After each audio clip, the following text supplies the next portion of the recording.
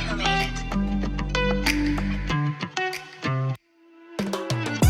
It's a great honor to be here in Vienna. It's a beautiful venue. I was so impressed doing the walk from the nice lunch we had to this place. So I've been asked to share some insights of what made carbon exit successful, and I have to be humble there. It's actually Kristen that has put those words in my mouth here, but I think it has been quite successful, and I'd like to give you some examples of that.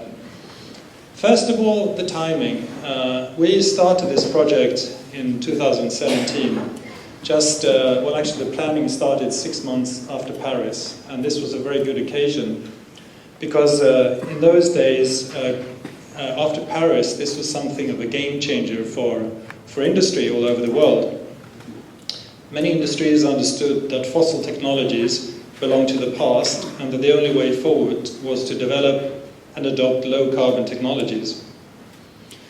Now, some policies were in place, for instance, the EU emissions trading system, but at that time the price was so low that it wasn't really relevant at all. But it was still there, just like a sleeping giant waiting to wake up and do its job. So those were the external factors, but there were a couple of internal factors that I think contributed to making us successful. And I think this, looking upon this climate transition through the lens of a supply chain, that has proved to be very fruitful. For instance, early in the program, as you can see on the right here, we understood that the cost for doing zero carbon materials was very high. So for cement, almost twice as high as doing regular cement. And steel was also much more costly than regular steel. But as you go down the supply chain, when you come to the end products, the price increase was just marginal, actually less than 0.5%. So that gave us sort of courage to say that this climate transition is not a matter of costs. It's more a matter of distributing these costs over society, so they are paid for in a reasonable way. Another factor was the research group. It consists of quite a limited number of researchers that put a large part of their time into this particular project. And we've stayed intact fairly much in the 7 years that the program has been active. And we represent different scientific disciplines. So myself, I'm an engineer. We work with economists and people working with behavioral science and other social sciences. And I note that these people they don't stay in their discipline. They're very open for working across these borders to other disciplines and enjoy widening their eyesight to work with other people. And I think this has been also very, very healthy. Ever since the start, we've had a close dialogue with the Swedish authorities. And this has been very, very fruitful because we know what the climate agenda looks like, and we've been able to adapt our research so that we can produce decision support, which is readily available to these authorities.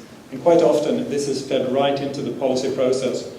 So, for instance, the report on the right there is analysis of the recent reform on the EU ETS, and this was very useful for the Swedish EPA a month ago when they were to start shaping a Swedish position again towards the EU politics.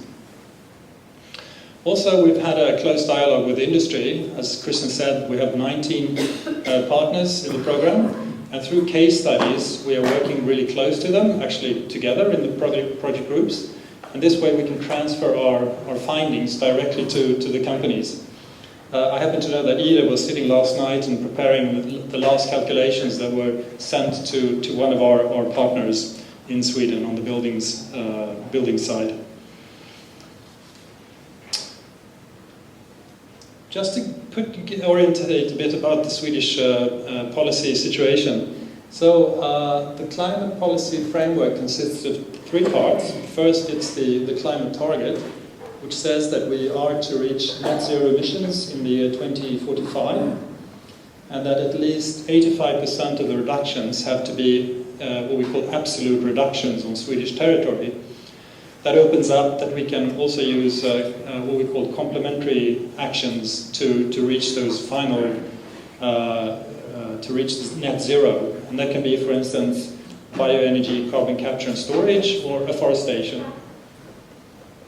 The second part is what we call the climate law, and that obliges all governments that every year when they present their budget, they also have to give an account for how that budget will impact on that year's emissions of greenhouse gases. And that climate law also has a requirement that every new government, within a year from being in office, has to present a climate action plan. And in Sweden right now we have a new government. They were actually the Prime Minister was selected exactly a year ago today, and they are just now working on their climate action plan. And there's some stress in Sweden that will be a bit not as ambitious as it's been previously, but I'll come back to that later. And also the third part is that this climate law is to be scrutinized by an independent climate council. An interesting initiative in Sweden is called Fossil-Free Sweden. It's a project which was initiated by the government and is still managed by the government. And they've invited industry to produce what they call low-carbon roadmaps. And it's been very popular because it's attracted to date 22 roadmaps from 22 different sectors in Sweden. For instance, the ones you see here, the building sector, cement sector, steel sector, heavy transports and agriculture. And these roadmaps set sort of a goal for these sectors to do this transition. Also, some of the researchers in carbon exit have been involved in these roadmaps. So, what have we achieved during these 6 years? Well, so many things, so I'm just going to pick 3 examples. If we first move our vision to the north of Sweden, there are several large green industrial initiatives underway. First out was the establishment of Northvolt in Skellefteå. This is one of Europe's largest battery factories, and it's all zero carbon because the electricity that's been used comes from hydro and wind power. There are also 2 separate initiatives aiming at producing zero carbon steel. They're called hybrid and H2 green steel, and they're using hydrogen as a reduction agent to get rid of the oxygen in the iron ore. Together, these 2 companies will produce several times today's production of steel in Sweden, so they actually are counting on exporting most of this low-carbon steel or zero-carbon steel. Connected to this these zero-carbon steel industries are some other industries. For instance, electric cars. Down to the left there you have the Polestar, and they have a very interesting project called Zero Polestar, which they aim at reaching zero emissions in all materials in the car by the year 2030. So not only the steel, but also the rubber in the tires, the glass, the seating, all electric components. And in the middle there's an excavator, which is totally electric, which is used in northern Sweden in the mines, for instance. And this is a production that is growing very fast in northern Sweden. Also, I'd like to mention there are projects on greening the petrochemical industries, such as the development of plastic recycling, together with Borealis, who have their main office here in Vienna. And all these 6 initiatives are really good examples, case studies for Mistra Carbon Exit to study closely. So, for instance, we've been closely monitoring what's going on with the EU policy. And now recently there's a new reform called Fit for 55, which we have, and here we've seen that if we look at the costs for these transformative technologies and look at how the price of emissions will increase in the future, together with the phase out of free allocation, it's becoming clear to us that sometime around 2030, low carbon materials will be competitive with traditional materials, and it's just 7 years away.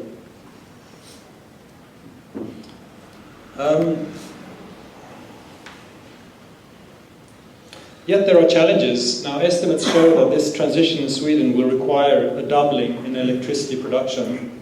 And most of this will probably have to come from sources like wind power and solar power, which of course isn't available all the time. But we've seen that a high share of this non-dispatchable electricity is possible if you just work on the demand side a bit more and make the industries more flexible, and also that it will require a modest share of storage, for instance through hydrogen.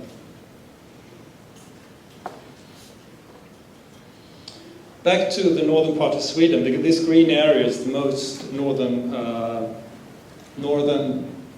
region in Sweden. It's called Norrbotten, and it's very resourceful. It has abundant hydropower, a lot of very high quality iron ore.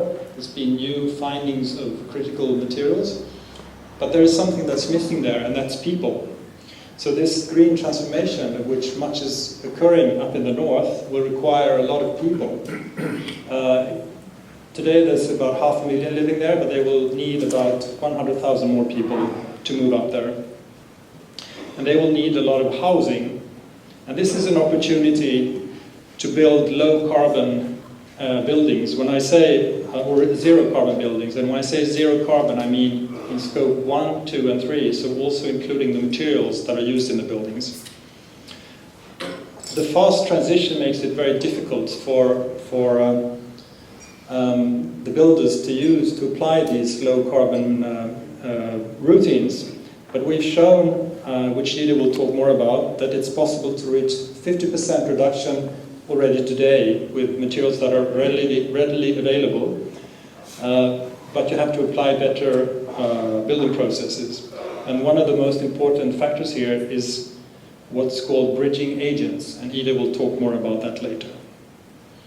Just want to finalize here by saying that the main challenge is not technologies or costs, but it's the political challenge. And in that aspect, it's a bit disturbing that the new government is now rolling back some of the important environmental policies. And we don't know where this will end. As I mentioned, they haven't already presented their climate action plan, but they should know that industry is actually trying to push them to be more ambitious in their climate policy, because they know that there is business opportunities out there to, if you go green, so to speak. But you have to be fast. These decisions have to be taken today, not in 5 years, because the rest of the world is not sitting still. So I really hope that, and I'm quite positive actually, due to the developments that are doing in the industry, but they need definitely this political support. And I hope that countries like Sweden and Austria can be forerunners in this development. So thank you very much.